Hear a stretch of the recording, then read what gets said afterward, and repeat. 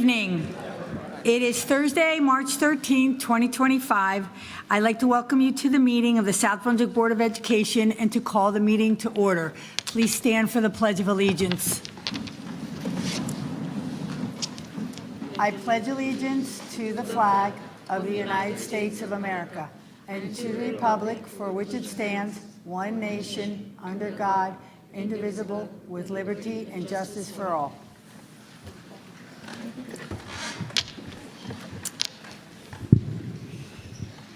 I'd like to read a statement of advance notice.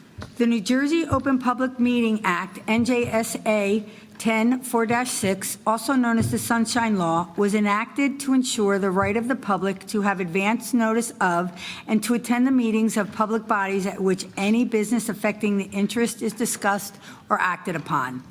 The primary purpose is for board members to discuss and vote on board business. In accordance with this provision of the Act, the board secretary has caused notice to this meeting 48 hours prior, including date, time, and location, to be posted in the South Brunswick Public Library and Board Office, filed with the Township Clerk, and communicated to the Home News and the Star Ledger. It is also posted on the district website. Roll call, Mr. Pulowski. Ms. Julie Ferrara, Ms. Alicia Khan, Mr. Raja Krishna. Yes. Mr. Mike Mitchell. Present. Dr. Smitha Raj. Here. Mrs. Lisa Rogers. Present. Mr. Rajesh Soni. Mrs. Deepa Karthik. Here. Ms. Laura Hernandez. Here. We have quorum. May I have a motion and a second to approve tonight's meeting agenda? Mr. Mitchell and Dr. Raj. All in favor? Aye. Aye. Now I need an approval of the February 13th, 2025 minutes. May I have a motion to approve the minutes of the February 13th, 2025 minutes? Oh, Raja? Second. And Deepa, second. Okay. So is she here? Okay. Next order of business is the report of the student representative, Ms. Samara.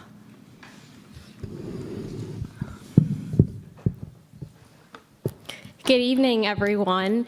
Our annual Mr. SBHS Boys Pageant takes place tomorrow on March 14th. Tickets are sold throughout this week for $10 at the activities office. Please purchase them before they are sold out. Our 9 contestants will compete to win the crown of Mr. SBHS. Tomorrow, we will welcome back our annual hosts, Dr. Negerval, Mr. Tuloseski, and Mr. Dentler for another successful year. You will also have the chance to win a free prom ticket by being placed into a raffle if you purchase a ticket for the show tomorrow. Student Council may be excited for spring break, but we are already planning for student government elections and Powder Puff. Packets for both events will be released in April. Our spring pep rally will take place on April 4th. The Viking Leadership Alliance has extended their food drive through the first part. It's on the Anxious Generation, which is on Tuesday, March 18th at 6:30. On March 19th, we have a special education parent advisory group meeting. That's also at 6:30 at BHL. So I'm going to talk about a couple of things real quick. Obviously, we have a lot of high school kids here tonight, high school staff. We had some serious incidents in the last few weeks. We had some fights. We had staff having to get in the middle. Some staff got hurt. And it didn't seem to stop for a few weeks, which definitely upset the community, upset the staff, upset the students, upset the board. It was not a good look for South Brunswick. And what I want to say is the consequences for these things are going to be significant. You can't have violence in a high school. There's no place for it. So, we're currently working with students who are coming back after long-term suspensions. And I will say some of them are very, unhappy that they might miss prom, they might not graduate with the kids, they might not be able to go on any senior trips. But if you can't be trusted in the school, you're not going to be trusted in other events. It's just the way it goes. We do this because we want all of our students who come to school to focus on learning, the fun of being in school, the fun of being with their friends, not about whether or not they're going to be caught in the middle of a fight. There was kids who've gotten hurt as a result of other kids fighting. We just can't have it. So the kind of things that will happen, could lose privileges, you could be suspended. You could miss events. You have to go through mediation because it's not just about the consequences, it's also about learning from the mistakes. Like, mistakes are allowed. Trust me, you want to make the mistakes here. If you make the same mistakes out there, we've had assaults. If someone assaults somebody outside of a school after they're 18 years old, that's jail. That's not missing prom or getting suspended from school for a few days. It's jail. So we have to work on this. We heard from some students. I know that at the high school, they're doing some things at extended homerooms. It's something tomorrow as well. So the other one that I know, one of the more horrible things we could do to students is take away your phones. But I'm going to be honest with you. If you use a phone, and it's not just kids in the audience, I'm not accusing anyone, definitely not in this audience. But I'm saying it out loud. If a student uses a phone and that phone causes or instigates violence, that phone's gone. You lose it. And you lose it for a minimum of a month. And what I mean by lose it, you don't get to have it at home. You bring it into school. And you'll drop it off with a security guard. We will keep that phone all day. Your parents will bring you to school and take you home, because you're not going on the bus with the phone either. Or you feel free to leave us with the phone for 30 days. It's just not okay. And I am hoping the kids in the audience tonight, you know this. You can shake your head and go, yes, we do. You know this. We can't have this. So just understand that, and anything you can do to help as students and staff, we appreciate that. But that's the way it's going to have to be. And that's the way it's going to be for a long time. We can't have this in the school. Okay, another part. So the last week or so, we had Facebook. Anyone ever go on Facebook? Parents? Kids? Kids, if you don't yet, don't start. Yeah, really. So there was a car accident that involved some of our students. There was an incident with a weapon that involved some of our students. And what's amazing is people that know absolutely nothing go on Facebook and act as if they know everything. I know you guys learn, I'm talking to the students right now, information literacy in your classes. When you read something on Facebook or any social media post, that does not make it true. You know this. Teach your parents. Because the adults on the South Brunswick community page do not seem to understand that when somebody posts something, that is true. It's kind of like a parent. I'll speak to the parents in the audience because I got a bunch of you here tonight. If your kid, if you have, parents, raise your hand if you have siblings, if you have at least 2 children. Okay. So let's just say that one child comes to you, this I'm sure it's never happened, but one kid comes to you and says, Mom, the other one was pushing me. Is that it? Is the story over? Does the other kid get punished for pushing? Or do you want to find out both sides? Chances are, the first kid that told you that the other kid was pushing, push that kid first. But you're not going to hear that side of the story, because if I'm telling a story I want you to believe, I'm going to tell you the story that's only my side of the story. I could lie if I want, I could falsify, I can exaggerate, I can leave out pertinent information. That is Facebook. That is the world of Facebook. So when someone decided to say that the incident with the knife was directly linked to a few of the fights, that person knows nothing. Didn't stop them. They had to be expert on something they knew nothing about. What I can't understand, and maybe the people watching can help me understand, why do community members want to make their community look bad? I can't figure out how that helps the community. One day, maybe I'll realize it, but I can't figure it out. Why do you want to say things that are not true, that you don't know if they're true, to excite other people in a negative way? I don't understand it. But yet, that's what we have. So we live with it. Just yesterday, one of our parents posted a link on Facebook and said that we have teachers that throw kids in closets. Dirty, dark closets, by the way. Now, if that was true, do you think maybe someone would know about that? If we were throwing kids in closets. Mr. Hines, where are you? There you are. Stop it, Mr. Hines. But I mean, are we able, only because his wife is here, I thought I could pick on him, she protect him. But are we able to say, wait a minute, I hear someone said that. Let me process that, and let me apply some reasoning, some logic, maybe ask myself some questions before I just believe it and start to comment and add to it to hurt other people. Because guess what? The person blamed for that is a teacher.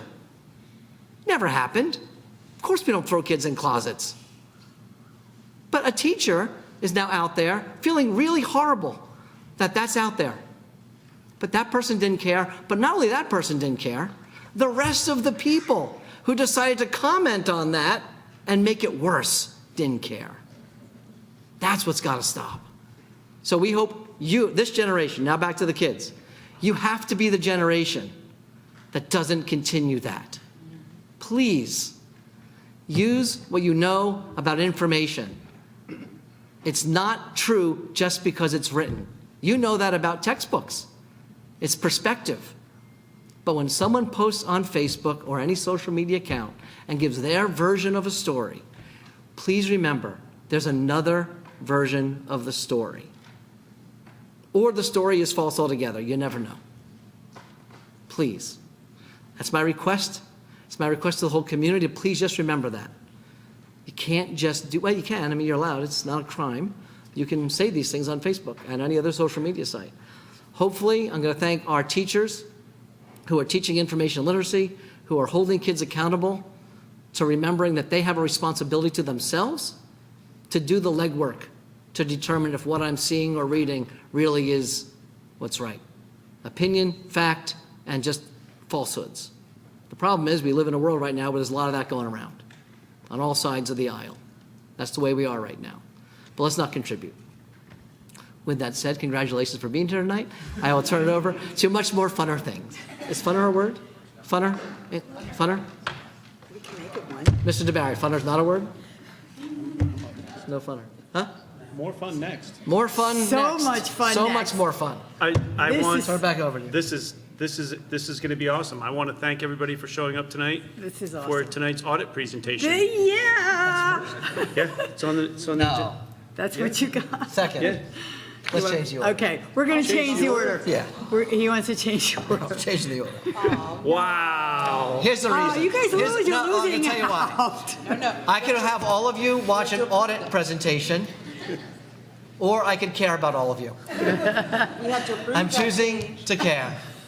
I need a motion to change the agenda to switch the audit presentation with the National Merit Commended Student Scholarship presentation. Motion. Got a motion, got a second, all in favor?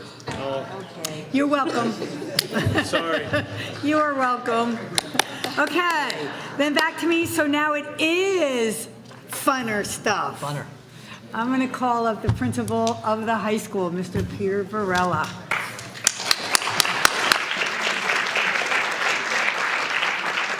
I want to thank Mr. Fetter for changing the order. I'm sure everyone appreciates that. So tonight, we're following up from the last board meeting on February 27th. It's our second opportunity to recognize students for their performance on the PSAT. So everyone knows being recognized by the National Merit Organization is truly one of the most prestigious honors for high school students every year. Now, to refresh our collective memories, I'd like to provide you with a little background.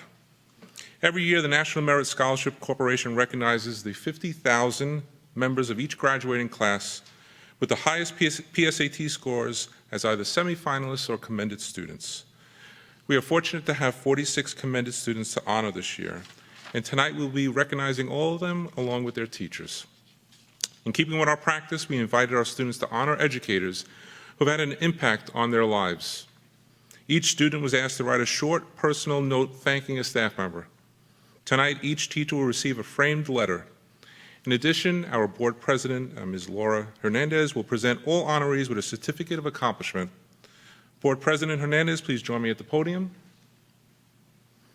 Before I begin, I would like to thank Mr. Norman Chow, a high school art teacher who used our district theme and provided us with a piece of artwork produced by 10th grader Ovi Televane. The commended students' letters have been framed with the artwork. It's really nice. Mr. Chow, thank you for sharing your students' creativity, and Ovi, thank you for your artwork and talent. I would also like to thank Ms. Ramona Baker, Ms. Lourdes Amato, Luis for their assistance tonight. And I'd also like to thank Samira for helping us as well. Yes. Would the first round please stand and form at the side? As we start our program, I thought I'd share some of the colleges and universities that our commended students apply to for admission, as well as some of the schools they've been accepted to so far. If you want. Ooh. Yep.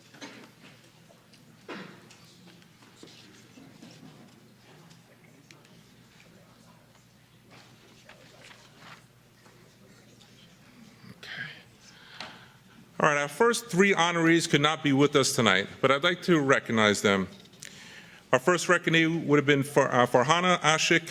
She's going to be majoring in computer science, and tonight she would be recognizing Krista Kelly, a member of the Brooks Crossing teaching staff. Our second student would have been Omar Askar. He would like to major in computer science and pre-med, recognizing Ramon Quinones, a member of the high school social studies department. And third student would be Tanish Bonota. He wants to major in math, recognizing Dennis Duncan, a member of the SBHS and Crossroads North World Language Department. So we have Ashwika Benzel. Come on up. Bonzel. Oh, I'm sorry.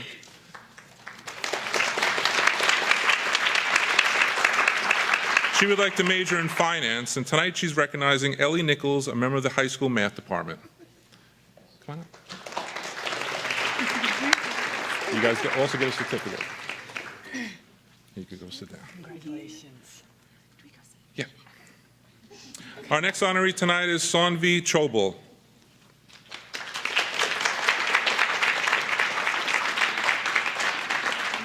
She would like to major in industrial engineering, and tonight she's recognizing Rachel Levanitis, a member of the high school math department. You can sit down.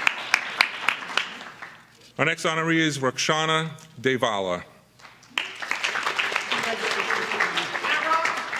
She would like to major, stay here. She would like to major in computer science, and tonight she's recognizing Christopher Haver, a member of the high school math department.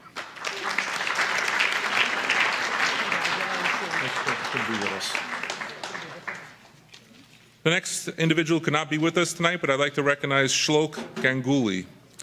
He would like to major in neuroscience, and he'd be recognizing Scott Lawrence, a member of the high school science department.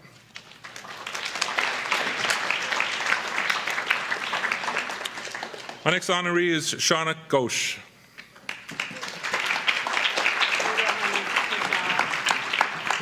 He would like to major in pharmaceutical science and biochemistry, and tonight he's recognizing Mark Lalomia, a member of the high school music department.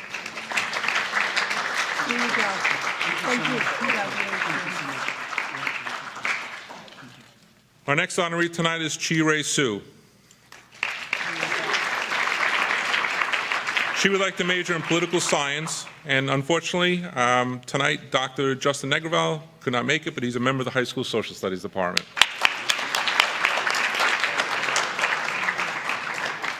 Our next honoree is Adia Jain. She would like to major in physics, recognizing Carlos De Leon, a member of the Crossroads North Language Arts Department.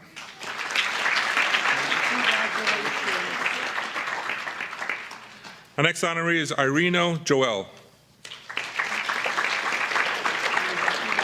He would like to major in mechanical and aerospace engineering, and tonight he's recognizing Matt Miller, a member of the high school math department.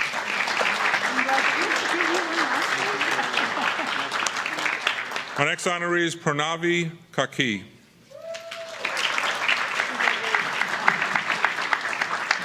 She would like to major in computer science, and tonight she's recognizing Matthew Becker, a member of the high school English department.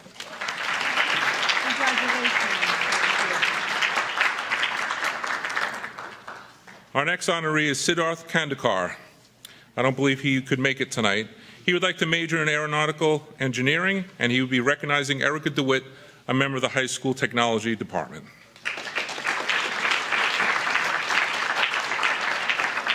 Our next honoree is Havish Kolovenu. He would like to major in business, and tonight he's recognizing Glenn Ferraris, a member of the Crossroads North Math Department.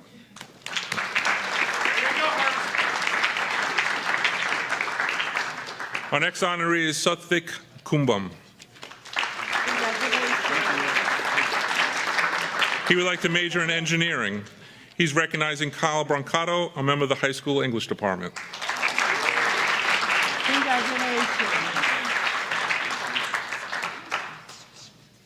Our next honoree is Russia Kundu. Looks like she couldn't make it tonight, but she will be majoring in engineering.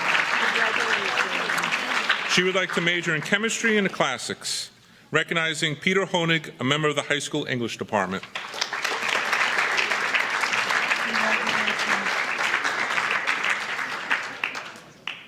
Our next honoree is Suha Melpeti.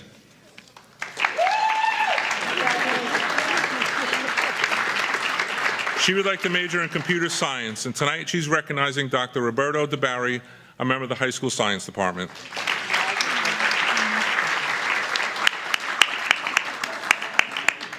Our next honoree is Milan Mendu.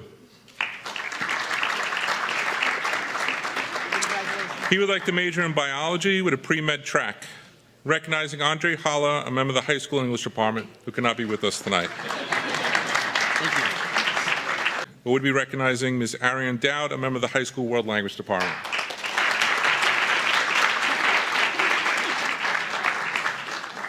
All right, the next honoree is Sanvika Polasa. She will be majoring in neuroscience, and tonight she's recognizing Catherine O'Keefe, a member of the Crossroads North Social Studies Department. Come on down.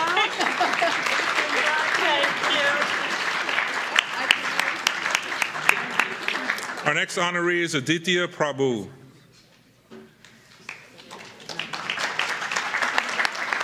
Guess he could not be with us tonight. He would like to major in mechanical engineering, and he will be recognizing Alexander Rosenwald, a member of the high school science department.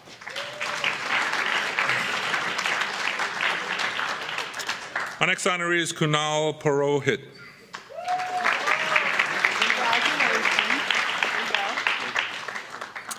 He is going.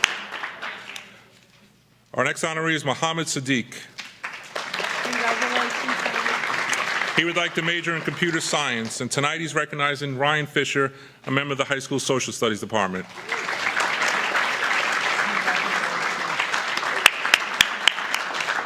Our next honoree is Garither Sankrishi. He would like to major in business, and tonight he's recognizing Christopher Hines, a member of the high school social studies department.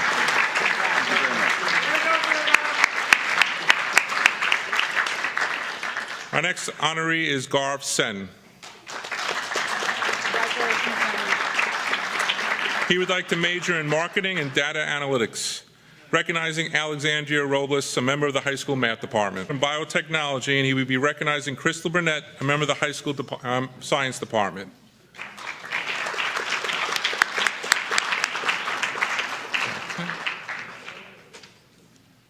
All right, our next honoree is Harshita Sudhakar.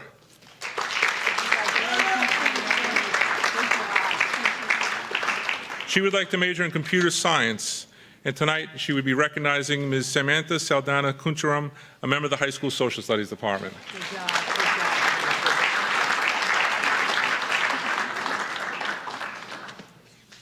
Our next honoree would be, she couldn't be making with us, Anika Thakur. She will be majoring in computer science, and she would be recognizing Stephen Schiff, a member of the high school math department and computer science chairperson.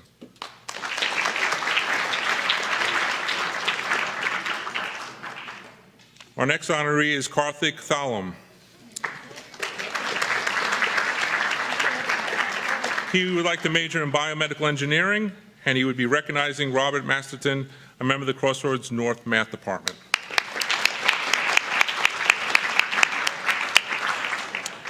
Our next honoree tonight is Matali Todi.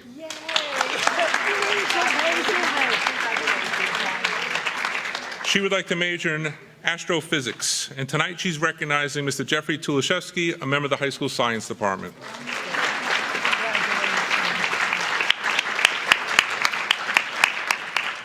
Our next honoree is Mira Toprani.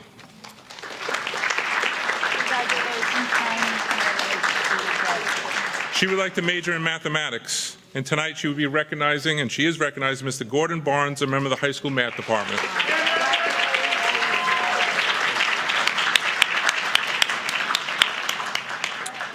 Our next honoree is Kevin Varghese.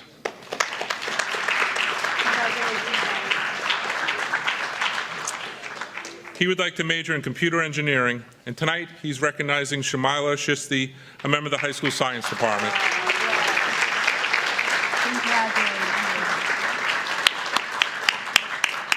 Our next honoree is Haripra Velor.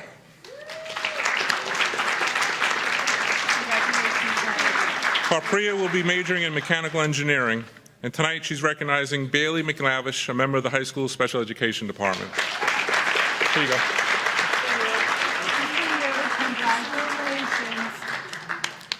Our next honoree is Ganeshan Venu.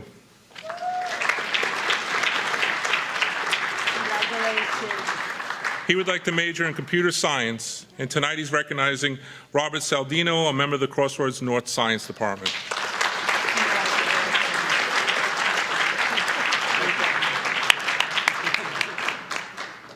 Our next honoree is Sriram Vupala.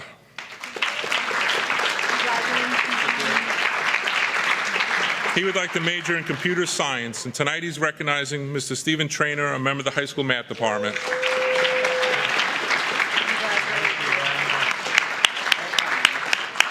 Our next honoree is Cadence Shu. She would like to major in aerospace engineering. Tonight she's recognizing Kenneth Sadowski, a member of the high school science department.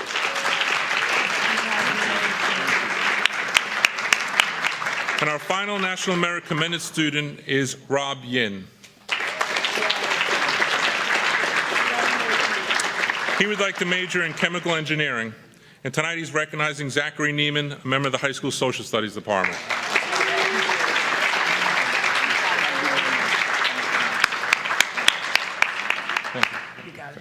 To conclude my presentation, I would like to now share with you a few quotations directly from the letters that were written to our staff, though I wish I could share all of them. Students wrote, "You pushed me to think beyond numbers, providing me confidence that has helped me throughout high school. Your support and encouragement played a vital role in my academic journey.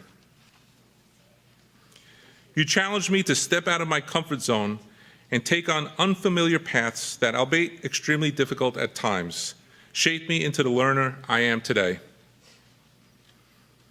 I want to thank you for being such a positive, energetic teacher. You always bring a smile and create an environment where it's easy to engage with the material. Your enthusiasm for teaching and commitment to your students is truly inspiring. You create an environment where learning feels exciting and meaningful, and you consistently go above and beyond to ensure we succeed. And finally, your guidance has shaped my education and my character. You have shown me how much a difference one teacher can make in a student's life. Faculty, our students are proud to call you their teachers and know that you make a difference each and every day. Another group that makes a difference is our parent group. I would like to honor our students' parents tonight for their hard work and support. I'd like to share a few slides and recognize them and ask all the parents in the audience to please stand. Meeting that just makes the board love what we do. We just love it. And to have the students here who are the best of the best, and sitting right beside them, the teachers that help make them the best of the best, and the parents who really help make them be the best of the best, is amazing. And we just congratulate you. We are so proud of you. I just can't even express how I feel when I get to say congratulations to the kids, and and the teachers, and I know Mr. Varela as the principal, he's blessed. He gets to get up here all the time and do all this. So congratulations, we are proud of you all, and thank you, teachers, for what you do every single day.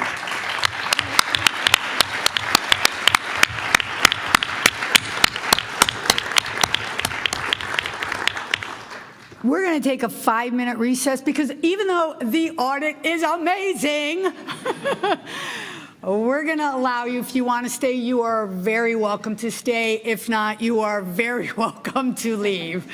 So we're going to take a 5-minute break.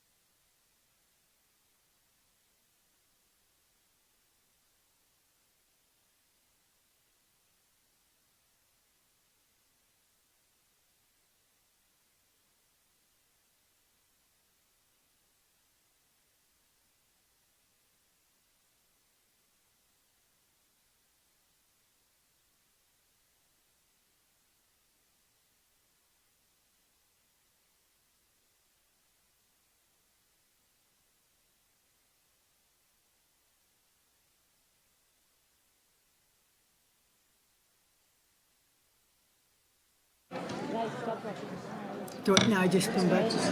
Okay, so at this point, I'm going to hand it over to Mr. Pulowski. Yes? To discuss our audit. And you have on your, in front of you, the manager's report and the actual audit. It's awesome reading material. If you, I have to say, if you do not want to take it home and put it on your nightstand and study it, or even do a small dissertation on it, I will take it back because we always find a home in our business office. So with that being said, Paul, the stage is yours. Thank you, Dave. Enjoy. Truth be told, my wife is waiting in the car, and she didn't want to hear me speak about the audit either, so I'm sure they appreciate it as well. So good evening. My name is Paul Frieda. I'm an audit manager with Suppley, Clooney & Company. We completed your June 30th, 2024 audit in December. We've issued 2 reports that have been filed with the State Department of Education. As Dave said, you have the small report, which is the Auditor's Management Report. This report's required by the Department of Education, and it outlines the different areas of compliance that we test. These areas include payroll, the records of the board secretary and treasurer, purchasing, federal and state grant compliance, food service, and student activities. Had there been any audit recommendations as a result of our testing, they'd be included in this report. I'm happy to inform the board that there were no recommendations in the 2024 audit. The second report is your annual comprehensive financial report. It includes the district's financial statements and our opinion on those statements. You did receive an unmodified opinion, which means that your financial statements are presented fairly in accordance with GAAP. This is the gold standard of opinions that you want to receive. So you did receive that again this year. Of all the financial schedules in the report, your financial statements are presented in different formats. In the front of the report, there's something called the district-wide statements, which show all of your funds rolled up into one, including your fixed assets and long-term debt. Then there's a presentation of GAAP, which are the B schedules. But I always try to push everybody towards the C schedule in the back, the C1. It's on the budgetary basis, and it really mimics the budget that you adopt every year, and it acts as a profit and loss statement where it shows your budgeted revenues and expenditures versus the actual results. So it acts as a profit and loss. And this year, your fund balance did decrease. You finished the year with $15,956,000. A lot of that is already restricted or reserved, though. There was $5,285,000 of the 15 that was either reserved for capital, maintenance, emergency, or unemployment reserves. You used $6.9 million in your 24-25 budget to offset taxes, and that left you with a remainder of $3,351,000, which is below the 2% max that the state allows you to have. So you did not generate any excess surplus for the first time in a long time from the 2024 operations. Are there any questions? I'm sure you're dealing with that right now with your putting your budget together. I know last year you had excess surplus of about $3.5 million on top of your 2%. This year you basically just have your 2%, so I'm sure you're dealing with that right now. Are there any questions about either of the reports, what we do, fund balance? Can you just repeat the surplus piece? I may have missed exactly what you said. Oh, sure. So your total surplus is $15,956,000. But again, a lot of that's already restricted for a specific purpose. Right.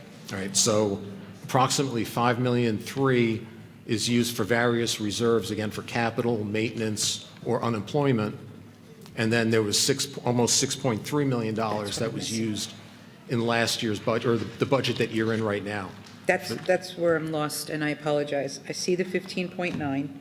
I see the 5.3. I'm looking at page 12. That 6.3 is where you got me lost on. I'm so sorry. That's the fund balance we're using in the current budget. In the current budget, 24-25? So the situation, the statement that you're looking at is probably the GAAP basis. And again, I said there's 3 different formats of the schedules. So the GAAP basis doesn't include all of the state aid Right. that came in July. So, but the number the real number is the 15.9 million. Okay. Yes. All right. That's what I'm going to Yeah, it shows up on the one schedule as 14,501,000 on your balance sheet, the first schedule of the handout, Which page is that? which would be your B1 in the audit report. Oh, right. I know which one it is. Okay. Yeah, I know yeah. which one. That's just a different basis of Yeah. accounting. Okay. Yeah. Thank you for that. Absolutely. Does anybody else have any questions? No? Well, again, I'd like to thank Dave and the finance office for their help in putting all this together. I know, we come in, everybody has their daily duties to do, and we come in for 2 or 3 weeks or maybe a little bit longer. Yeah. And, and then we ask for other stuff on top of their daily duties. So I do appreciate the help that everybody provides to us. Okay. Thank you much, Good. Paul. Thank you Appreciate so it. much. Thank you. All right, thank Do you you. have a lot of fun doing this? I have would- to ask that question. I'm sorry? Do you have lots of fun? Well, I did notice that there weren't many accounting majors in that list. Finance. There was a finance. There was finance. Finance? Yeah. Okay. Yeah, well, that may change, who knows? But thank you so much. All right, thank you. Have a good night. You too. And I would be remiss if I didn't mention Kim Ahern, Kelly LaRocca, Stephen Corso, and the business office. All of the people that work in our office work hand in hand with Paul, Awesome. providing all of the information that they need. And they're our juggernauts. They get things done. That's great. So hats Well, off to them. Thank them for us. Yep. Please Will do. Thank you. Thank you Thanks, so Paul. much. All right, have a good night. You too. Okay, next up. Are you ready? Reg, you have the budget? Yeah, you should, absolutely. Did you want us in the front row?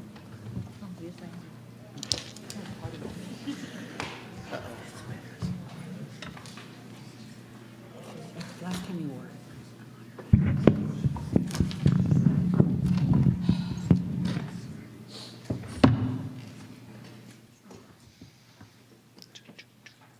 Just gonna wait for Reg to get that up on the screen.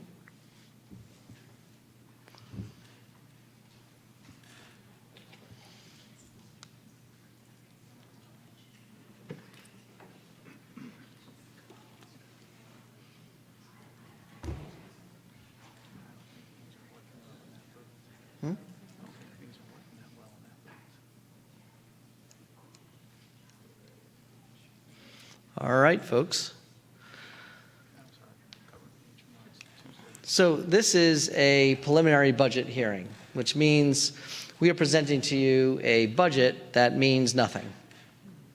We did this last year too, because it's way too early with all the different things that need to still happen to produce an actual budget. The final budget is due, I believe it's the first week of May, and that budget will be sound.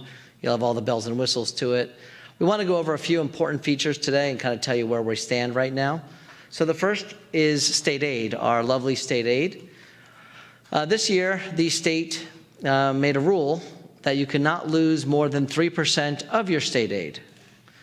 So they proceeded to run their formula again, which we're going to go through a little bit tonight. And we, of course, lost the full 3%. But the number that you have to keep in mind in the back of your heads is this. This year, they capped the loss at 3%. Now, just to remind you, 427 districts got money. 133 did not get money. 15 districts in Middlesex County lost money. Usually, it's only been 1, 2, or 3. And the reason being given to the districts that are now like shocked that they've lost money is because their value of their town went up, which is, well, so done with that excuse at this point. It doesn't really mean anything. Anyway, so we got capped at 3%. I'll show you what the loss was, but here's the number. It's not on the screen. 1.8 million. 1.8 million is the amount of money more we were supposed to lose based upon the formula. If they didn't cap the loss at 3%, we would have lost 2.2 million. Plus 645,000, or almost 2.85 million. So here's what it looks like. The first row is your local fair share. I've chosen not to educate tonight. You all know this by now. All of you have been on the board. You all know. Look at 24-25 to 25-26. So in the 23-24 to 24-25 school year, that's when we raised the tax based upon the bill. And we increased our local fare from 133 to 142. We were like pretty excited. Oh, I'm sorry. We increased our money to getting, I think it became 133. We were like, wow, 133 to 142, we're getting really close now. Then they reran the formula, and we're using a formula in the state of New Jersey that determined the local fair share to increase by 15% from 142 million to 160, almost 7 million in 1 year. Just think of the logic. How could we be using a formula that increases the number you cannot increase by 15%? So basically, there's no way to win. South Brunswick is in a hole, but the hole you're in is going to be If this doesn't change, and I know I've said this before, and we got to change last year, or we would be in a whole different world right now. And if we weren't losing enrollment, we would be in a whole different world right now. But there is no way to win. If they don't cap your loss next year and they apply the formula again at your base, which is 1.8 million less than the 13,847 up there, you start on July 1 minus 1.8 before the 2% cap hits effect. You'll be looking at a number somewhere in the $7 to $12 million short. That's real if nothing changes. Again, last year, something changed. At the last minute, something changed. I'm not expecting anything to change this year, to be honest. I'm just not.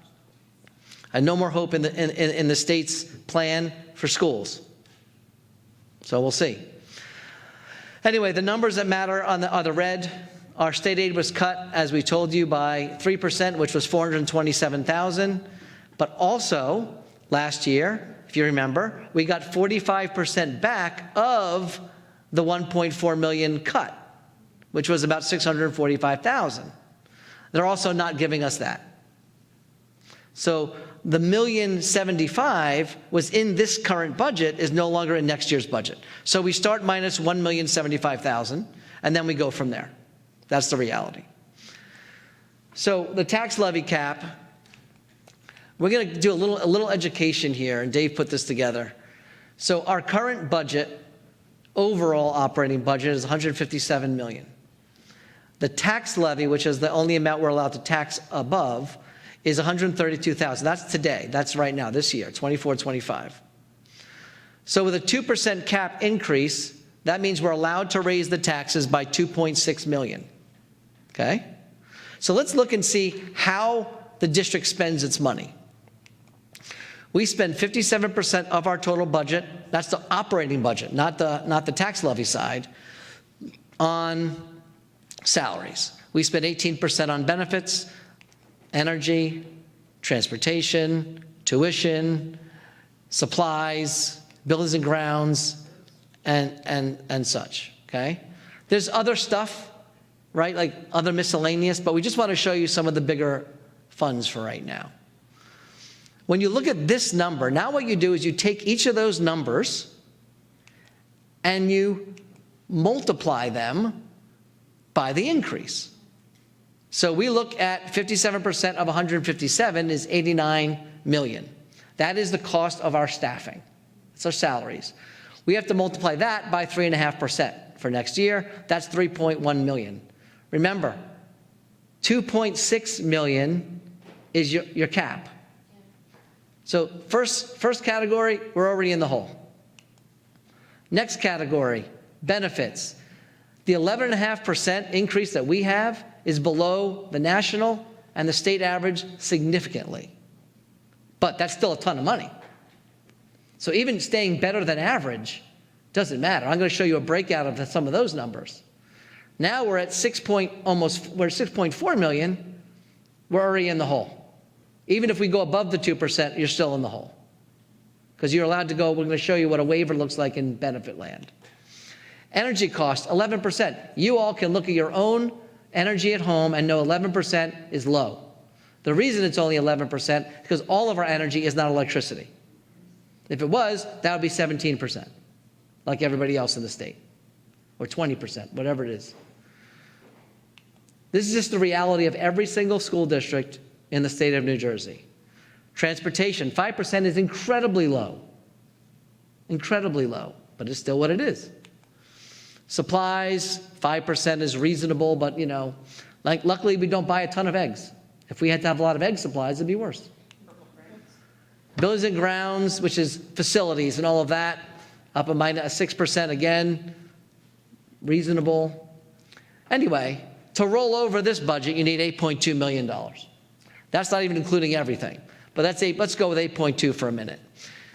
Now you're allowed to raise with a 2% cap, you're in a deficit of $5.5 million. However, the second line talks about benefits. The state has an automatic waiver that a district can take for benefits. It's not a number that Dave creates. It's a number the computer spits out when we put in the numbers.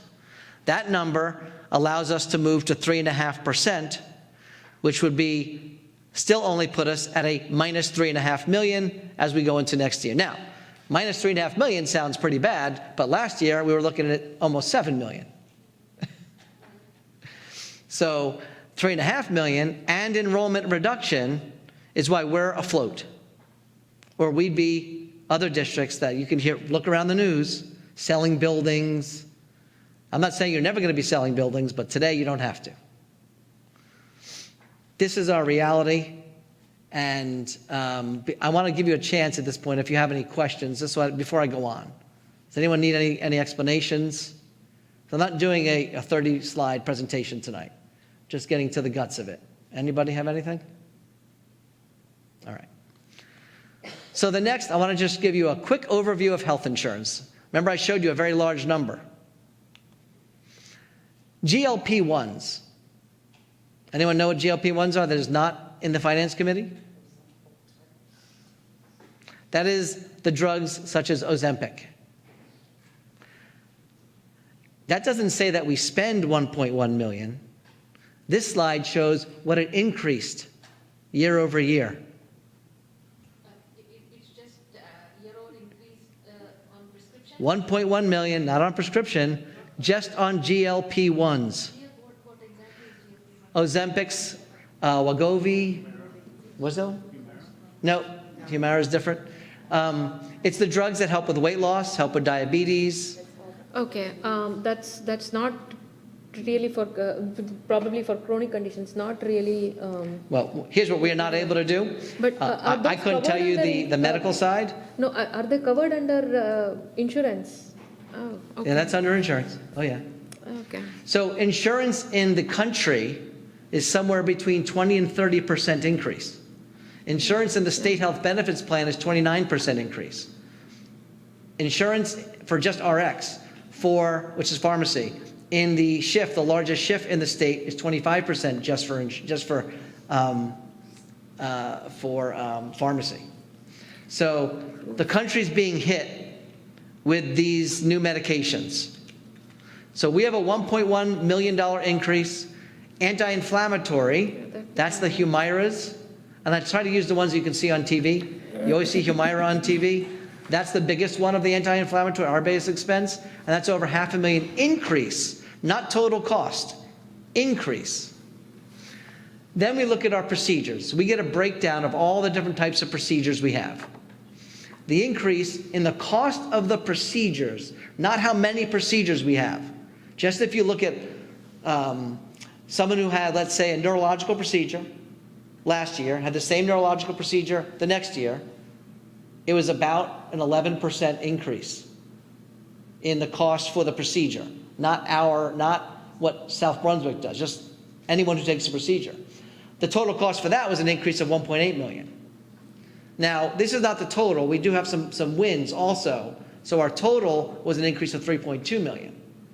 But we're just showing you, it doesn't matter what's going on right now. The health insurance in the country and these pharmaceuticals are off the charts. And for districts that are not self-insured, what they're being hit with are 15 to 20 or above % increases on their premiums. We're at 11.5%, and no one is seeing an 11.5% increase on premiums. That's not happening anywhere. So we're still doing good, but good is not good. Good is bad. These numbers are crazy. So again, just health insurance is above the 2%. And every district I know, every colleague I speak to, and I speak to a lot of people about budget, they're already underwater just in their health benefit increases. Then when they add their salaries and their transportation departments, we have districts in this county alone that are $15 million in the hole right now. Same size districts. It's uncontrollable. Yeah, and a 2% cap, if that stays, will be the end of public education as we know it in New Jersey. It's just a matter of time. We survived last year, and we'll survive next year because of the bill that allowed you to raise taxes to the point. Fortunately, it did not hurt families, fortunately. It was a very low increase, But still, it doesn't end. And I remember I ended my last presentation last year by telling you, we're still going to be in problematic mode for this year, but we'd be manageable. And that's exactly where we are. The reason we know that is we do this. We can see the numbers ahead of time. Like, for example, we know that next year, I'm going to say it again because I want this ingrained in your minds, if we start at minus 1.8 million, what do you do at that point? Because insurance is still going to go up. All the other things are still going to go up. You don't stop at 1.8 million. Hopefully we'll get a change. Just one question. Yeah. So for the first two categories, are generics also being Yes. considered, and this is including And we the use a generics? company called Remedy that assesses our use of generics, and they save us about how much, Dave? Close to about 800,000. So because we assess all that, it saves us about another 800,000 a year, which is why we manage this in a way which would never happen if all you had was premiums. Oh, okay. So we do everything you can do to keep these costs down, but that's just those two categories Yeah. of pharmacy. Yeah, GLPs probably don't have generics yet, and they probably I'm not are sure. weakness. Yeah. So this is our saving grace, is enrollment. But what do we know is happening right now in the town? We're building. So once this becomes an issue, plus all the other things an issue, it's going to be a problem. So as you know, before I get into this, you know what we're doing about that problem. We're studying the problem now, this year, with a full committee, to see what do we do with redistricting, reconfigurations, what do we do with the realities of what's coming our way financially and with enrollment. So we're not going to wait for it to hit us, we're going to be prepared as best we can be. That's the best we can do for the community, is be prepared. So our enrollment in South Brunswick is excellent. Not good, it's excellent. Class size of K2 of in the 19s is excellent. 3.5 being at 21 is excellent. 6.8 is insanely excellent at under 20 kids average in a middle school class. 9-12 is wide-ranging, it's all over, but it's excellent. We cannot continue this. This is what has to change. Doesn't have to get crazy, but we have to move from excellent to good, not from good to bad. We're not at bad yet. Excellent to good. So what we're going to be doing over the next month and a half is applying the actual enrollment in every single school and every single grade to determine what can we do to manage the funds. But we talked at meeting last night about a reality. We have to manage the enrollment. Sometimes that comes with things that people don't like to hear: redistricting, reconfiguration, moving a kid from their home school to another school. There are things that have to be done in order to manage this kind of fund problem. The good news is we are focusing on not losing a program. We are focusing on next year's school year to not include things like you're hearing in other districts, like losing music programs, losing sports, losing opportunities for kids, cutting AP classes. We're not looking at doing that for next year. This is, again, because of the work you did last year. Otherwise, we wouldn't be having that kind of conversation. You would have already lost those things, and you would just be losing more now. So the reason I'm not blowing the whistle is we're going to be okay for one more year. Not good, don't get me wrong. We'll be okay because of our enrollment and because we've done a lot of things to manage this over the years. We're going to be adequate. Does that mean job losses? We're hoping we don't see anybody who's on staff lose a job. We have attrition through resignation and retirements. And then we do have positions that have to be cut because enrollment they're not needed. Not because we don't want them, but we can't keep them. We can't have class sizes that in the middle school, in some cases next year, would be 16s. Can't have 16s. We can, it's great, but can't do that. Not if we have to cut programs instead. So our challenge is, how do we do this without cutting programs? You don't want to cut things that kids have opportunities for. A little higher class size that stays within range of reason is still a better option. That's my recommendation to the board, not to cut programs unless we absolutely can't get through this. But we believe we're going to. That's what we believe. Before I move on, are there any questions? Scott, you say that enrollment is going to go up as well next year?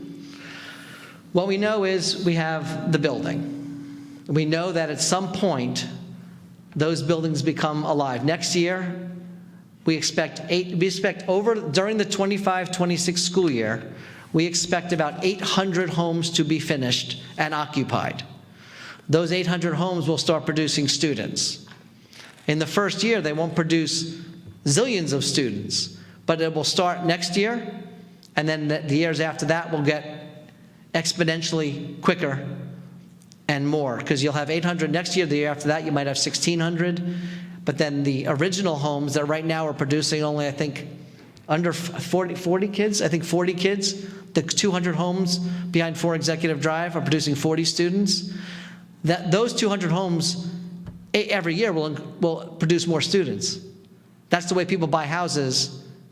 They don't buy them with full age, always with full school age. But every year, more come, less leave. So we expect those 200 homes to produce 90 students themselves, just those 200 that are built already. So that's going to triple just those. Then you have the 600 new ones that'll come during the course of next year. Those will produce, K-12 students. And then every year, they all produce more. And then more homes are built. And it takes 5 years after full build to get what's called a full yield. But at full yield, the 3,400 homes that we have that are currently slated, depending on how long it takes to build them, 5 years after they're all finished, you're looking at about 2,300 students. So, you said that now it is an excellent situation and we had to get to good. Yes. So in the grade level from 6 to 8 and 9 to 12, what number are you identifying as good? So we're playing with that. Generally speaking, in a middle school class, having 25 kids in the class is normal. Okay. Outside of the South Brunswick universe, 25 kids in a middle school class is extremely normal. When I taught here, I taught 5th and 6th grade. I never had less than 28 kids. Not one year I taught here. Not that I want 28. Can't say I loved having 28, but that's what I had. The reality is at that time in South Brunswick, it was growing, and you couldn't keep up. When they built Indian Fields, after 1 year of building Indian Fields, it was overcrowded because the building was going so fast. At some point, if the building hits that kind of pace, which right now it's not, if it does, it'll happen faster. There's no way to know that yet, but it is going slow.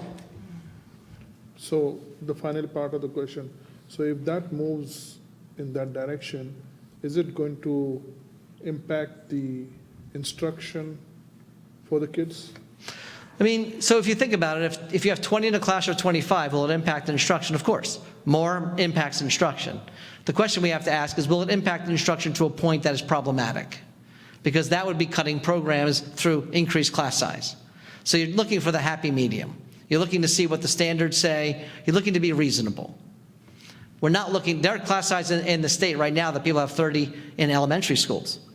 We're not looking like we're not even having anywhere near those kind of discussions. Not even in middle or high school. But at some point, you might be having those conversations. We're going to try and keep that out of this year's conversation.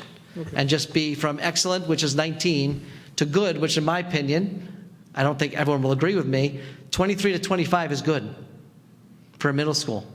I don't have any trouble with those numbers. If I can keep them lower, I would, and we have been doing it because we could. We can't anymore. This is just the reality of it. Thank you. Scott, my question was more about the high school, because I know middle school and elementary we may have, as far as infrastructure is concerned, we have some options and we can play around with it. But high school, given the intake or the new, population that's going to come into the town, the question I have is, at what point will you, how will you make that assessment, whether the present infrastructure will support incoming students? Because you will know that at the time of registration, and we're already, if anecdotally what I'm hearing is that we already are at like capacity in that sense for the high Yeah. school. So we're not. The high school has about 400 seats available. It'll be crowded at 400 seats, but you have about 400 seats. Okay, we have 400 seats. Yeah. Okay. Maybe 350, to be a little nicer. Okay. But you're looking at average class size at the high school of 650 a class, which is 2,600, and you can put 3,000 in the high school. Okay. So you're okay with seats in the whole K-12. Next year, South is only going to have about 780 kids, 790. When I got here, they had 1,100. And then North has a little bit of space. So you have space all over the place. But the space its class size goes up a little bit. And no one wants that. And I don't want to be heard saying that I'm excited about 25 in the class or 23 in the class. I'm not. But it's a question of class size, reasonable class size by any education standard or programs. That's the choices we're going to give you. We're going to show you all that as we go over the next month and a half. You'll be given the options and looking and see how to get to the numbers. And really it is going to come down to class size, some other areas, as well as programs. So to Raja's question of, is 25 too much? Well, is 25 too much if it maintains all of our extracurriculars, all of our music programs, all of our supports, all of our programs for high-level learners, all of our programs for our support students? Then is 25 too high? Or, do we stay at 23 and say that the middle school no longer has a morning music program, right? Those become the conversations. We believe as long as we can keep class size reasonable, on a reasonable average, that's a better move for the district than to start taking away opportunities for kids. And that's what you'll decide. And we'll show you all this as we go. We're playing with all this and looking at options, but the board will have all this. It'll be in public. You'll be able to see all these things. So I'm just curious to know, is there like a mechanism between the district and the township to sort of make an assessment? Can we really, allow for this extra housing or this, that is bringing this influx into do we have the capacity? Is there a conversation between us and the? There is zero control of the district over what gets built in the township. Nothing. We have no say. So we have no ability to sort of, raise our hands or raise a flag and say like, we are at that point where we may not be able to service all of the students that are coming in. No, the state of New Jersey separates completely the municipality and the school district in all facets. That's why our budgets are completely different. Our leadership is completely different. The decisions for who builds, how many they build, is the town. But I will tell you, I'll give the town credit. The town has been fighting this building since before I got here.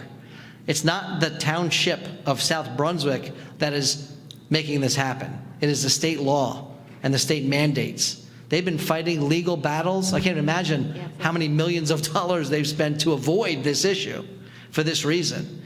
And I think they're still fighting, which is why it's slow. So we're not seeing a massive influx. Right now there's 3,400 on the docket, but they're not being built because the township is trying their best. So this is an area for the township has been the most helpful they can be. Okay, thank you. That was going on when Mr. Feder first started, and there were several families from the Shocks Crossing, 55 and older, that corner. We were trying to testify against it. We brought petitions. They've been fighting it for Well, I remember. How long have you been here now? This is 8, but when I 8 years we've been when I fighting got that. here, the township explained to us that in the next 5 years, this was 7 years ago, in the next 5 years, expect 3,000 to 5,000 homes to be built. It is now 8 years later, and we're looking at about 200 so far. So we've you been got to give the lucky, but- town its credit for doing the best they can with this. And I want to say that publicly because they have been. Thank goodness, because otherwise we'd already be underwater with that. Yeah. We would have to then think about what's called a referendum, going to the community to see if you want to build anymore, because you would have to. But right now, we do not need to build today. If we were to propose a building, it would be about housing preschool students in a way. that would be what we'd be proposing, not proposing building a school because we can handle the enrollment for a bunch of years still. The problem isn't the space, it's the staffing costs. Right. When you get more enrollment, we have to hire more staff. And if you're underwater and you have to hire more staff, that just becomes that much more challenging. So this is what we're trying to guard against with all of these decisions. Thank you. You're welcome. So just really the taxes part of this, and then we'll wrap it up. The healthcare waiver. We're going to propose that you do take the healthcare waiver. If you don't take it, it goes into your bank, but you should take it because otherwise we're cutting $2 more million of stuff. And then you are going to get into programs when we don't think you have to right now. The tax levy increase would be 3.5% or $4.6 million. What does that cost? We want to show you the difference. If you only take the 2%, it would cost $12 a month. This is an estimation. We only see that number going down once we get the ratables in. So we don't have the ratables yet. Dave used a static number from last year. But since our local fair share went up 15%, I'm expecting those ratables to bang. And if they do, that 1210 could become anything lower than 1210. So it's 1210 a month or 144 for the year. If we did 2%, if you went to 3.5%, the full, it's another a little over $4.25 a month to get, all the funding that we are allowed to get legally without going to second questions. Now, we could always go to second questions again, and you'd have to pick what, you think you'd want to do that. Right now, Dave and I haven't proposed that as a consideration at this time. But it is something to consider. We have districts that are going to special elections, not elections, special votes to just raise the levy above the legal amount. So that's happening. The other option we'll have at some point, which you might really want to consider, is moving your vote to April so that you then have more flexibility in what you spend, but it allows the town to say if they want to spend it or not. So those are options that we can talk about. We do worry of what's going to happen when the enrollment stops dropping. If the formula continues to do what it's doing and you continue getting hit with these horrible cuts, it's going to eventually be, we've kept it out of being a problem. But last year we were out of tricks last year. Then we pulled the rabbit out. There's no more rabbits. I mean, we didn't think that rabbit existed, but we found that one. So maybe there'll be another one, but I'm not seeing any sight of it right now. I know we still have senators and assemblymen trying, but there was a bill that gave flexibility. That bill was chopped up to pieces and is worthless, actually worthless. Anything they tried to do except for cap the loss has been worthless for us. Again, just remember, they raised what they said the town should be paying in 1 year by 15%. How could the town pay 15% more in a year? Absolutely insane. As we keep going, we have preschool. We are putting in for 6 more classes for next year. Those classes, this is good for us. This is financially good for us. Those 6 classes will be out of district. They are currently scheduled for, Suzanne, if I get this wrong, please tell me, Sapling, 3 classes, and the Learning Experience, 3 classes. The Learning Experience is right on Route 1, right when you turn onto Black Horse Lane. Sapling, Suzanne? Route 27. 27? In like the area by Brunswick Acres and Greenbrook? That area? By Tasty Sub, yeah. By what? By Tasty Sub? Yep. Okay. That's good. At least get to go to Tasty Sub. That's not a bad thing. So preschool is increasing again. We'll be at about 450 preschoolers next year. That's a big positive. Total. State aid cuts, as I shared, $1,065,000. This is an issue, the fund balance. So in your audit report, you have a $3.3 million fund balance, Dave? Unassigned money. We need 6.6. If you run it to 0, 6.6. We're looking to put 6.6 in from this year. So we're looking to put in 6.6 from this year. That's very tight. But this is the way we've been surviving, very tight. We'll get there, but it's very tight. you don't want to be running an organization this tight, which is why this year we are going to do some things to try and even out the score a little bit, but it's only going to help for a short period of time. Just there's no solution that's long-term for us. There is a solution. You can close a building. You can sell a building. Just wait till the enrollment starts to come back and you have to buy the building back or reopen a building with no funding. Not good decisions, but they're decisions we have to look at. All the decisions are on the table for the next few years, not for this year. Miscellaneous revenue increase. We got a few things, just so you're all aware. The township will be paying us $70,000 a year for the use of our school buildings for recreation. We talked about this. We went to a vote. The town voted down the question, so we had to then provide a fee to the township. They have been informed of the fee, and beginning July 1, they owe us $70,000 for recreation. But remember, we owe them $365,000 for the police. So it's a $70,000 increase to our miscellaneous revenue. We do indirect costing. For example, the preschool. Do I have preschool responsibility? What do you think? Does the superintendent have preschool responsibility? Absolutely. It's like anything else in the district. So part of my salary can be paid out of the preschool grant, which takes it out of Fund 11, which helps. David, Kelly, Megan, and Suzanne do that. And we are able to cost out all of the people that are responsible for preschool, down to buildings and grounds. Remember, Dayton and Deans would not be open right now without preschool, right? They would be able to fit in our schools. The PSD program, we would be able to do that. So the entire cost of those buildings is being paid for by the preschool grant. That makes it advantageous for the district. If you remember when we first bought the preschool, we had the people who were saying, how dare they, how dare they? Thank goodness we do this. It takes a fortune out of our operating budget covered by our preschool budget. And more importantly, 450 kids next year are getting free preschool, free full day. Imagine what it does for our families who live in South Brunswick. That's a blessing for them. Huge. So next year, we are looking at a very, very tight funding for capital improvements. We have roofs that need to be done. We have other things that need to be done. Operations meetings next week or the week after. We're going to be talking to the operations committee, and they'll be bringing it back to the board about what we think we can handle. There's not a lot of money left in those accounts.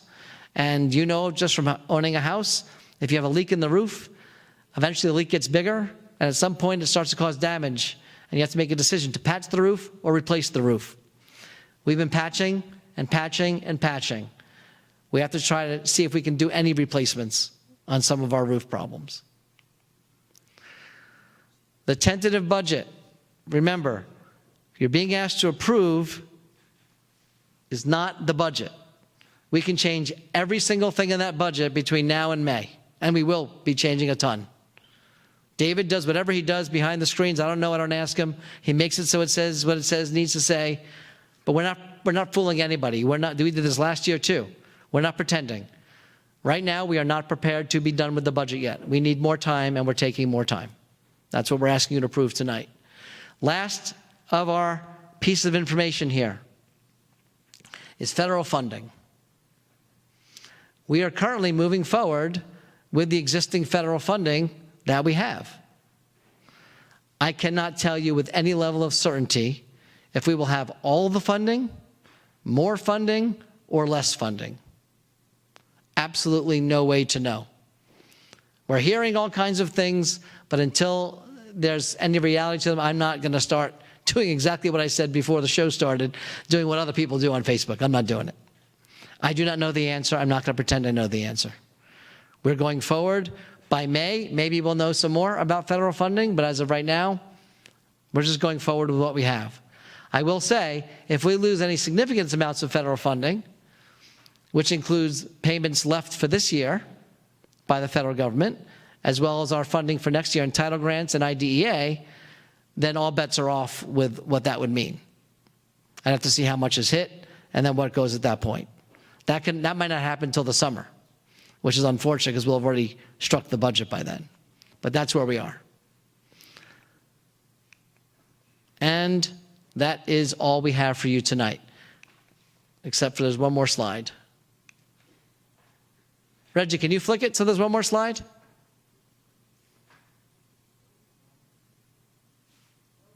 No? Huh. It's the overall slide that just, the numbers have already been in there, but it was a final slide that just shows you're going to be, you know, today you're approving, if you do approve, a $161 million budget, which is up. We're asking you to approve the 3.5%. That includes the waiver. If you'd like to discuss that tonight, you can discuss that tonight, or you can still wait and discuss it at the end when you know all the things that are on the table.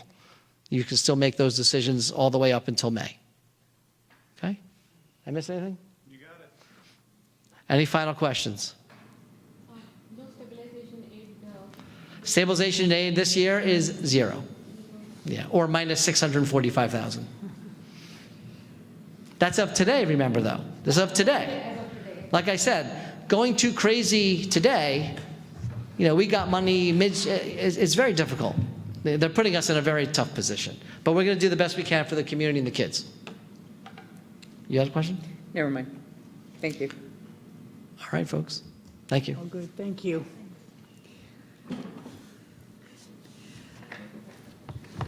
Okay, so let the fun begin with that, huh?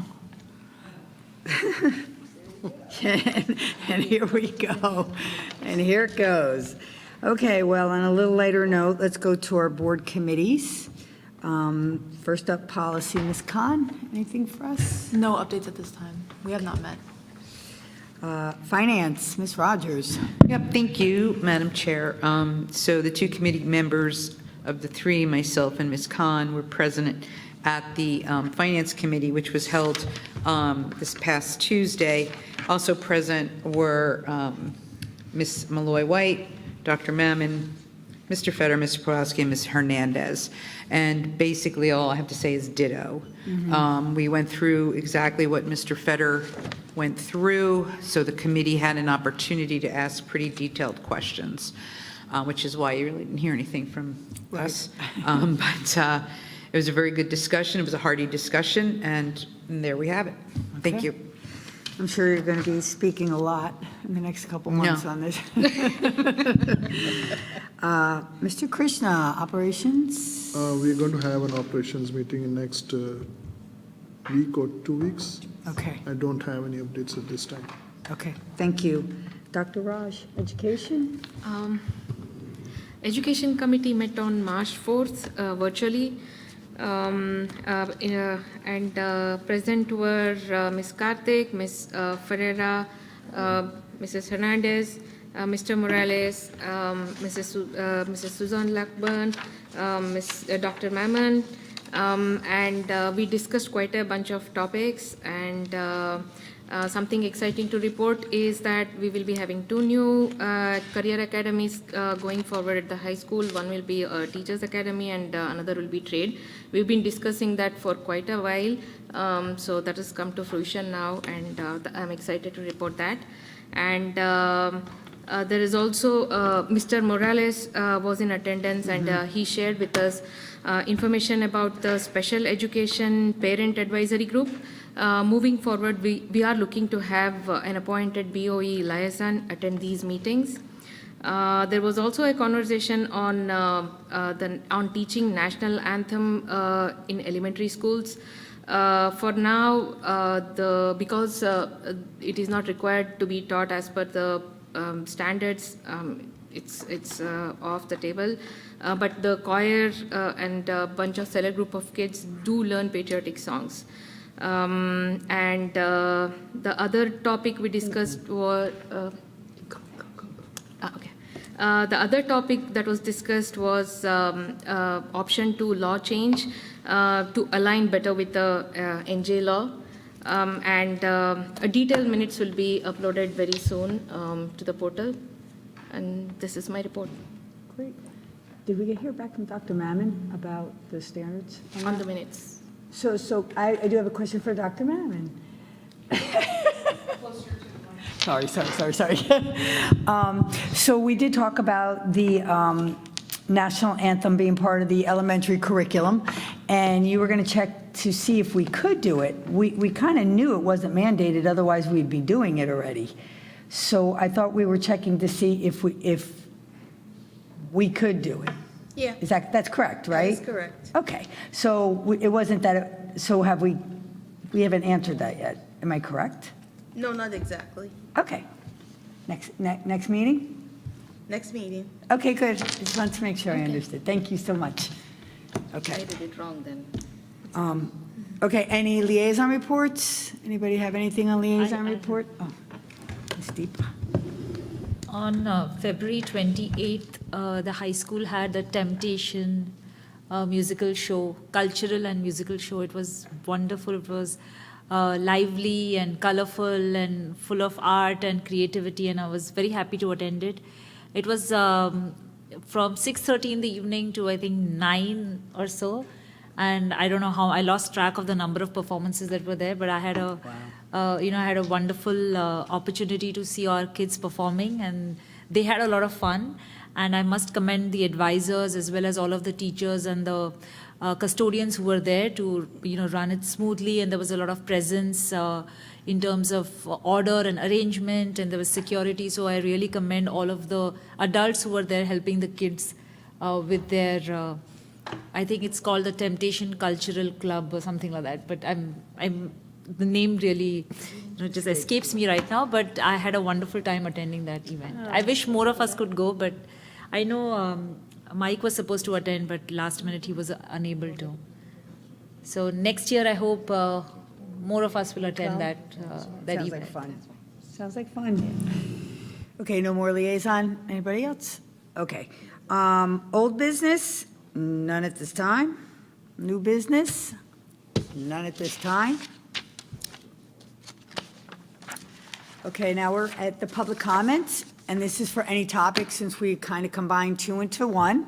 And before I see if anybody'd like to speak, I just need to read.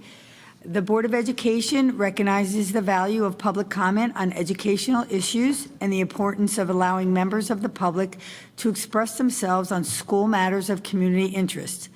Complete copies of Policy 0167, which govern this portion of the meeting, are available to the public at the auditorium entrance, online, or by contacting the board office.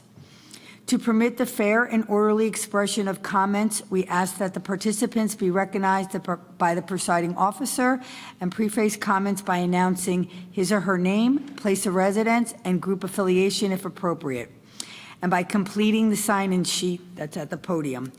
Please print legibly, or we may not be able to document your name for the permanent records. Each statement made by the participant shall be limited to 3 minutes. No participant may speak more than once on the same topic. Mr. Pulowski will indicate when you have 15 seconds remaining. All statements shall be directed to the presiding officer. No participant may address or question board members. No discussion between a participant and respondent shall extend the 3-minute time limit. It is our plan to listen to each member of the public. Once all questions and comments from all members of the public are made, the Board of Education may respond or respond via email in the most timely and efficient manner available. All questions and comments made will be noted. Mr. Pulowski, do we have anybody pre-registered? We do not have any pre-registrations. Okay. Are there any audience members who wish to make a public comment on anything? Come on down. So this is a reminder that I'm going to start every meeting when we have public comments. We so welcome differences of opinions. We do not welcome disrespect. Yeah, there you go. Thank you, everyone. I got to be honest with you, this is the first time Please I've ever state your done. name. Oh, I'm sorry. Chris Hoffman. I live in Kendall Park. I have a daughter in high school and a son in Crossroads North. I got to be honest with you, I thought this would be a lot more people here. I'm joined with a few members of the South Brunswick High School who came here we kind of came here to see what it was doing with Superintendent Federer had mentioned earlier, with all the outbreak of fights and things like that. And first of all, let me just say, what you guys do in here is crazy. Like, I never thought, sitting through this, I never thought this is what you guys had to do. My head's spinning. I'm like, I just thought you were a bunch of rich people sitting around talking about, like, who can we, you know, where are we going to put this kid and whatever. I'm just in awe of what you do. I just want to say that. Superintendent Federer, I look forward to your messages when schools are closed. Big fan, big fan. I just want to say that. So I have a total amount of respect. I used to be in the education field. I was a teacher for a few years. I couldn't do it. So again, I'm in awe of you guys. So I know we're doing what we can do, and this is all kind of taken a lot out of us. I know a lot of students are really worried. A lot of parents are really worried. Some wanted to be here tonight. They couldn't. And again, I thought there would be more here. However, I'm sorry, I'm babbling. I babble when I'm nervous. Okay. But just wondering what we're doing to prevent. I understand you have things in place of punishing people, and that's great. But what can we do to kind of prevent? And with the influx of new students coming in the building, and I know probably by the time all these students get in, my kids are going to be out. But I mean, it's just you're putting more people in a tight place. It's probably not going to get any better. So I'm just wondering, you know, is there anything specific that's being done to curtail all this violence? You can, it's all yours. So tomorrow your daughter will be involved in an activity in the morning. There was a meeting last week with all the students. Now, again, it's because it's so big, you can't have them all in a room. So Sure. it's happening, but we extend the homeroom time by 25 minutes. And that time is being spent dealing with this exact issue about the preventive side, where the kids are doing an activity tomorrow that's being done through third block. And last week it was done on, I forget what day of the week it was, but you can ask her about it and she'll be able to tell you what they did. They read, every class read a letter about the importance of, you know, taking care of the school and then how the kids were feeling. They got to share that. Staff has been sharing that. So all of this is being done as a way to prevent. We've had a very good week. We're back where we need to be. But we did have an obvious hiccup, no way to describe it otherwise. Sure. And everybody wants it to be how it's always been. So a lot of people are putting the efforts in to make sure that happens. But it's the conversations, it's the openness of being honest with each other. It's giving students a chance to talk, giving staff a chance to share and talk. And that's what we've been doing for the last couple of weeks. And it's been effective. And unfortunately, the other side has to happen also. That is a deterrent for preventative as well. Sure. You know, it's not a consequence isn't only about the student who's getting consequented. And when I was talking to a group of students the other day, I talked about driving through Cranberry. Do you ever drive through Cranberry? Well, all the time. What do you do what speed are you using when you drive through Cranberry? 25 miles an hour. Why is that? Because I live off a new road, and I see the knuckleheads that drive down New Road. And you can ask my kids the profanity that comes out of my mouth to the people who are doing 60 in a 25. So I make sure that in a 25, I do 25. If it's 35, I'll do 50 or 60. But in a 25, I know there's kids around. So all of Cranberry is 25, basically. Right. And the other thing that happens if you go 35 in Cranberry is you're going to get a ticket. Oh, yeah. And you're going to get a ticket. And it's the reality. It's a consequence associated with the behavior. So when consequences are consistent and fair and reasonable and appropriate, they work as a deterrent. I put my cruise control at like 20, 28, 29. I feel 4 miles might get me okay. But I will not go 35 miles an hour in Cranberry. And I set my cruise control to avoid it because I expect if I do, there will be a consequence I don't like. So while consequences are not the only way we act, it's about remediation, it's about supports, it's about being all the things I've said before. And we believe that is the pathway to get us back to normal, which this week has been. And we hope to see it going for the rest of the year and beyond. Right. Thank you, Mr. Hoffman. Thank you. Thank you, everyone. You guys are doing a bang-up job. I appreciate you. Before you leave the podium, could you just sign your name? Is there? There's nothing here. We got it. We got it? Okay. got it. You're on Okay, record. Chris Hoffman, 2 Fs, 2 Ns, Burnham Court, thank you. go Birds. Thank you. Anybody else in the audience? No one? Okay. No, no, no. Oh, I'm so sorry. I'm so sorry, honey.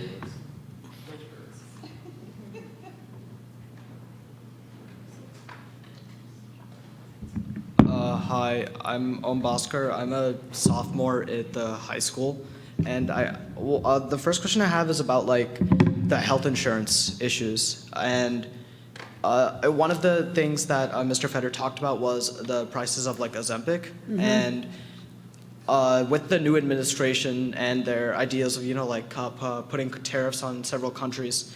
Ozempic being a foreign product, would those tariffs hurt our district significantly? I don't know. I'd be glad to talk with you more about that if you want to give me a call. I'm not sure of the answer, but I can look to see if that is on any of the list. I honestly hope not. Okay. And don't give anybody any ideas, Om. Yeah. And my second question is, you talked about how the budget would be finished before like summer, right? And like specifically talking about federal funding. If federal funding is cut during summer, would the state or like the state government, would they just, is it really realistic to say that they would just leave us hanging, or will they like try to get something or scramble to get something done in those months between summer and the beginning of the school year? If you don't, can I answer, Madam? Please do. So I was asked to speak on this exact question to the Joint Committee on Public Schools, which is senators and assembly who sit on a committee together to address issues of school funding and schools in general. And this was a question. My testimony to them was, if federal funding is cut, the state of New Jersey is going to have a choice to make. The one that you said, which is either leave us hanging or fund. They're going to have to make a choice. I explained to them that if they make the choice to leave us hanging, they're going to have to decide what schools are not going to have to do anymore, because we won't be able to afford to do all the things that funding currently covers. So the answer to your question is, if that happens, for our district, it's about 3% of our budget, so under $5 million. If all the funding was cut, which I honestly, my prediction would be we're not going to lose all of our funding. I don't see that, but there could be some adjustments. Depending on the size of the adjustments, if there are any, there might not be any. Your question is my question to the legislature and the governor would be, are you going to leave us hanging or are you going to fund? So you already have the question. And just so you know, Om is also a reporter for the school newspaper, right?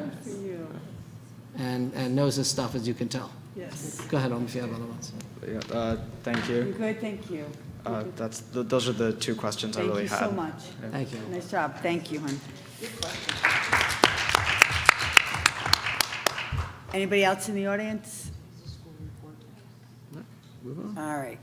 Okay, good job. Let's move on. Our next order of business is the consent agenda item review by Mr. Pulowski. Does anybody have any question for you? I have to give the review before they ask the question. You know why? I'm thinking asking questions because they read it, right? They read Yep. it. All right, That's why anybody I have any said it. questions? They read it. Go. We- I read it. All right, everybody, so here's our consent agenda review. We have approval of some transfers, business office operations, approving some financials, bills lists, and acceptance of funds for some non-public compensatory education. We're accepting a donation from Crossroads South PTO. We have a resolution awarding a contract authorizing purchase over bid limit. We're approving our audit report that was provided this evening. We're approving a transportation contract. You can see in 1.9 our tentative school district budget. The slide at the very end that we could not get to view, this is exactly what it is. It's the budget, the local tax levy, total local tax levy of $136,978,830, and a total budget of $173,457,336. So that's our budget that we're putting right now as a tentative. We have a second reading and adoption of some policies. We're approving out-of-district tuition adjustments. We have an extension of professional services for our special education programs, and we have harassment, intimidation, bullying reports. We have a list of student field trips. We have a resolution for travel and related expenses.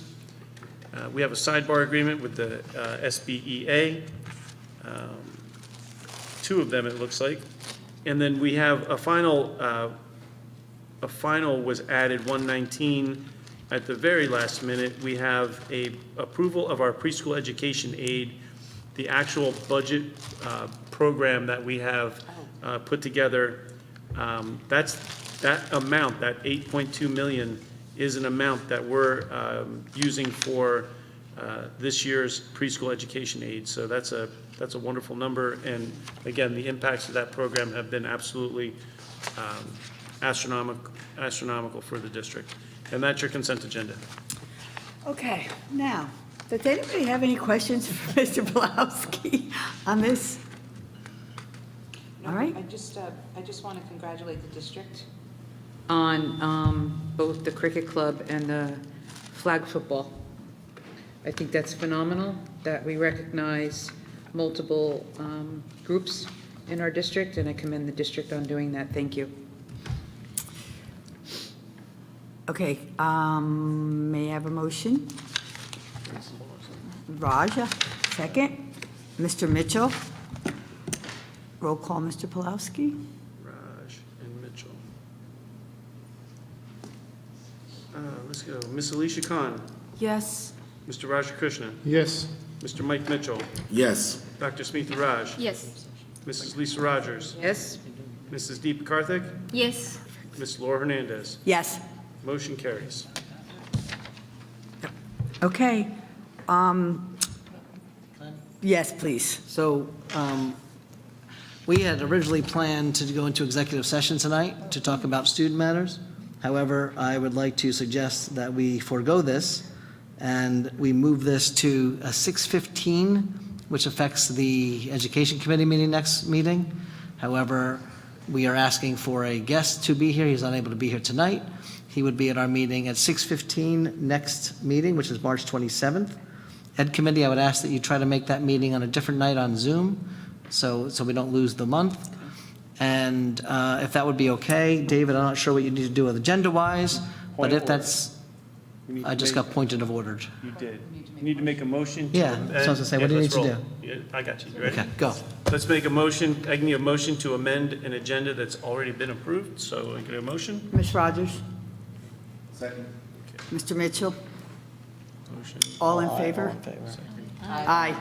Any no? Motion Any carries. nays? Any nays? No nays. Removing No the nays. executive session student matters.